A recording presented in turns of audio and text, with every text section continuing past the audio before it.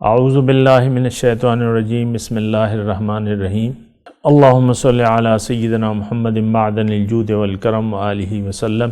سامعین و ناظرین اکرام، السلام علیکم ورحمۃ اللہ وبرکاتہ۔ آج کا موضوع ایک سوال آیا ہے کہ حقیقت اور معرفت۔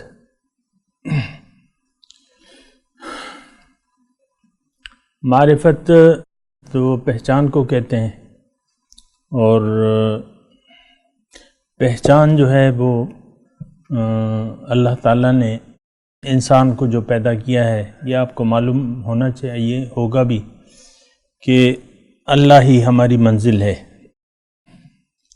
یعنی اللہ تعالیٰ کا دنیا میں ہم اس لیے آئے ہیں کہ اللہ کی ملاقات کے لیے تیاری کر لیں۔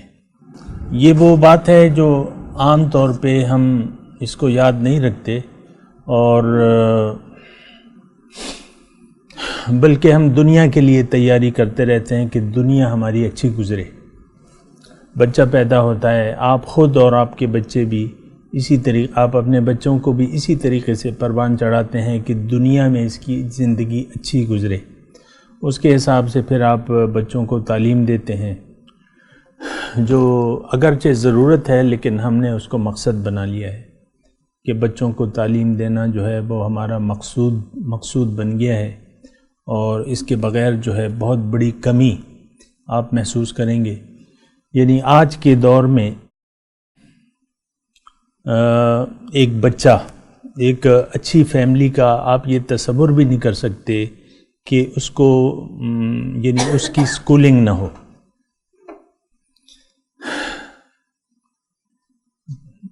یہ تصور نہیں ہو سکتا نا کہ ایک بچہ 5 سال کا ہو گیا ہے اور وہ سکول نہیں جا رہا۔ آپ بڑا تعجب کریں گے میرے خیال سے کہ یہ تو 5 سال کا ہو گیا ہے، یا 6 سال کا ہو گیا ہے، یا 7 سال کا ہو گیا ہے، اور بچہ سکول ہی نہیں جا رہا۔ یعنی یہ بڑی تعجب والی بات ہے ہماری حساب سے۔ اس سے آپ اپنی ذہنیت کا اندازہ لگا لیں کہ آپ کی نظر میں اپنی حقیقت کی اہمیت کیا ہے، اور اپنی منزل کی اہمیت کیا ہے، یا اس کی تیاریوں کی حقیقت کیا ہے، ملاقات کی تیاریوں کی حقیقت کیا ہے۔ کوئی یعنی ایسی کوئی ہمیں علامت نہیں نظر آتی جس سے ہم خود اور ہمارے جو بچے ہیں اس سے یہ لگے کہ ہم واقعی اللہ تعالیٰ کی ملاقات کی تیاری کے لیے آئے ہیں، اور یہ تیاری ہم نے ہی نہیں کرنا ہے، یعنی لازماً کرنا ہے۔ اس کے بغیر جو ہے ہماری زندگی فضول ہے، ایسا کوئی خیال نہیں ہے ہمارا، اور اس کی کوئی اہمیت ہی نہیں ہے۔ ہم یہ تصور بھی نہیں کر سکتے، جیسا کہ میں نے ابھی کہا، کہ بچہ ہمارا 7 سال کا ہو جائے یا 6 سال کا ہو جائے اور وہ سکول نہ جائے۔ کر سکتے ہیں تصور؟ نہیں کر سکتے۔ لیکن یہ ضرور ہو سکتا ہے کہ بچہ 10 سال کا ہو اور اس کو نماز بھی نہ آتی ہو۔ 7 سال کا ہو جائے، اس کو آپ نماز پڑھانا شروع نہ کر دیں اور اس کی تاکید کرنا، یہ ہو سکتا ہے۔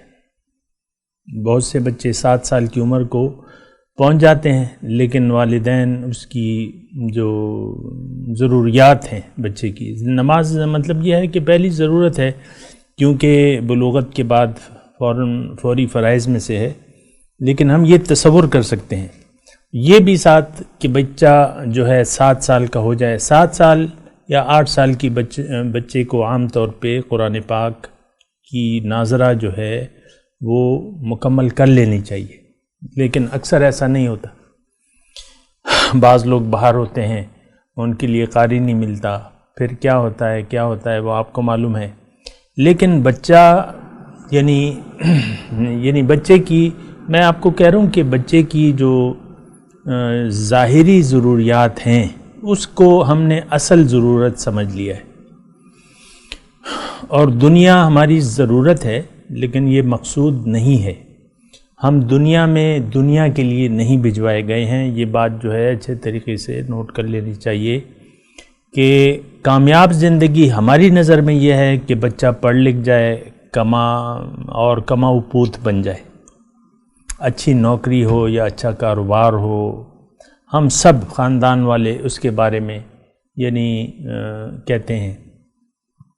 مثال کے طور پہ ایک بچہ ہے اور وہ نوکری نہیں کر رہا، کما نہیں رہا، مثال کے طور پہ عرض کروں، لیکن وہ تو ایک الگ بات ہے کہ وہ ڈھونڈ رہا ہے یا اس کے والدین اس کے لیے تلاش کر رہے ہیں، لیکن اگر کوئی ایسے رشتہ داروں کے یہاں جاتا ہے تو وہ چونکہ اس کی عمر 15-20 سال ہو گئی ہے یا مثال کے طور پہ پڑھ لکھ گیا ہے اور کاروبار نہیں ہے، تو سب سے پہلے اگر پڑھاؤ عمر ہے تو اس سے اس کی کلاس کے بارے میں پوچھا جائے گا، کون سی کلاس میں، کس کلاس میں پڑھتے ہو، اور اگر وہ یعنی 30 سال تک پہنچ گیا ہے تو پھر اس سے یہ پوچھا جائے گا کہ کرتے کیا ہو، آج کل کیا کر رہے ہو۔ اب یہ دیکھیں، یہ وہی علامات ہیں کہ ہم ظاہر کے لیے جی رہے ہیں اور جینا ظاہر کے لیے چاہتے ہیں۔ کبھی کسی بچے سے یہ نہیں پوچھا جائے گا 25 سال کی عمر میں کہ تم نے قرآن سمجھ لیا ہے، سمجھ کر پڑھ لیا ہے، نہ، یہ ہم تصور بھی نہیں کر سکتے کہ بچے سے قرآن کے بارے میں سوال ہوگا۔ اور یہ بھی آپ کو معلوم ہونا چاہیے کہ قرآن پاک اصل ضرورت ہے ہماری، اس کے بغیر جو زندگی گزرے گی وہ فضول ہے اور نامقبول ہے۔ ایک بات نوٹ کر لیں، قرآن کی ہدایت کے بغیر جو بھی زندگی گزارے گا وہ زندگی فضول ہوگی، یہ ایک بات اچھے طریقے سے نوٹ کر لیں۔ اگرچہ ہمیں اس کا نہ کوئی احساس ہے اور نہ اس کا کوئی پاس ہے، لیکن بات حقیقت میں یہی ہے کہ قرآن ہماری کامیابی کی دلیل ہے۔ لیکن اگر آپ خود قرآن کے نزدیک نہیں ہیں یا اپنے بچوں کو بھی آپ نے دور رکھا ہوا ہے، تو پھر یہ ہے کہ یہ ناکامی کی دلیل ہوتی ہے، اور وہ بچہ اور آپ خود جو ہے وہ ناکام زندگی گزرے گی۔ اگرچہ آپ کے پاس ظاہری طور پہ بہت سی دولت ہو، بہت اونچی آپ نے پڑھائی کی ہو، سرٹیفکیٹ لیے ہوں، لیکن اگر قرآن سے اگر آپ دور ہیں تو آپ ناکام ہیں، آپ کامیاب ہو ہی نہیں سکتے۔ یہ ایک بات، یہ وہ باتیں ہیں جو عام طور پہ میں بتا رہا ہوں۔ بہرحال آج کا جو ہمارا موضوع ہے وہ حقیقت اور معرفت۔ اصل میں یہ آپ کو میں یہ بتا رہا تھا کہ معرفت جو ہے اور حقیقت، اس کی بڑی اہمیت ہے۔ یعنی حقیقت کو جانے بغیر اگر ہم زندگی گزاریں گے، اور زندگی، معرفت کا مطلب کیا ہے؟ پہچان۔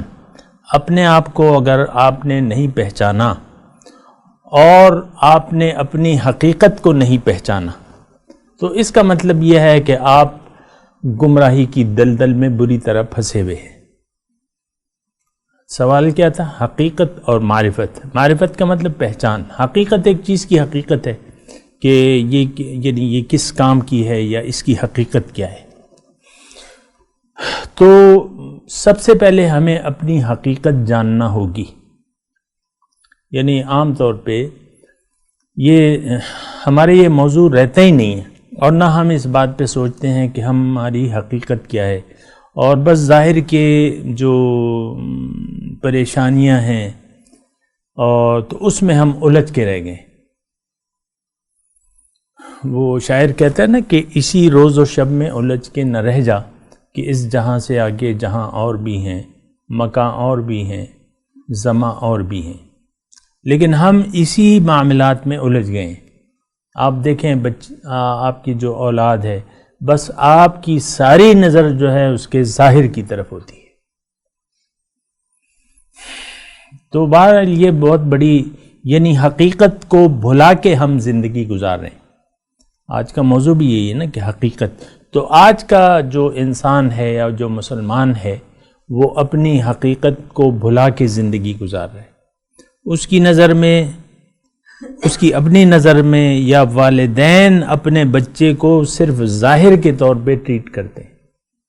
تم نے کھانا نہیں کھایا ابھی تک، تم کھانا کھا لو، تم ابھی سردی آ رہی ہے اس کے لیے لباس چاہیے، عید آ رہی ہے اس کے لیے کپڑے چاہیے، یہ ساری ہم بچے کی ظاہری ضروریات کا خیال کرتے ہیں، لیکن اس کی آخرت کو بلکہ اس کی حقیقت کو ہم بھول جاتے ہیں۔ یہ مضمون جاری ہے، انشاءاللہ اگلی نشست میں مزید بات کریں گے۔ وآخر دعوانا ان الحمدللہ رب العالمین۔ مولاي صل وسلم دائما ابدا على حبيبك خير الخلق كلهم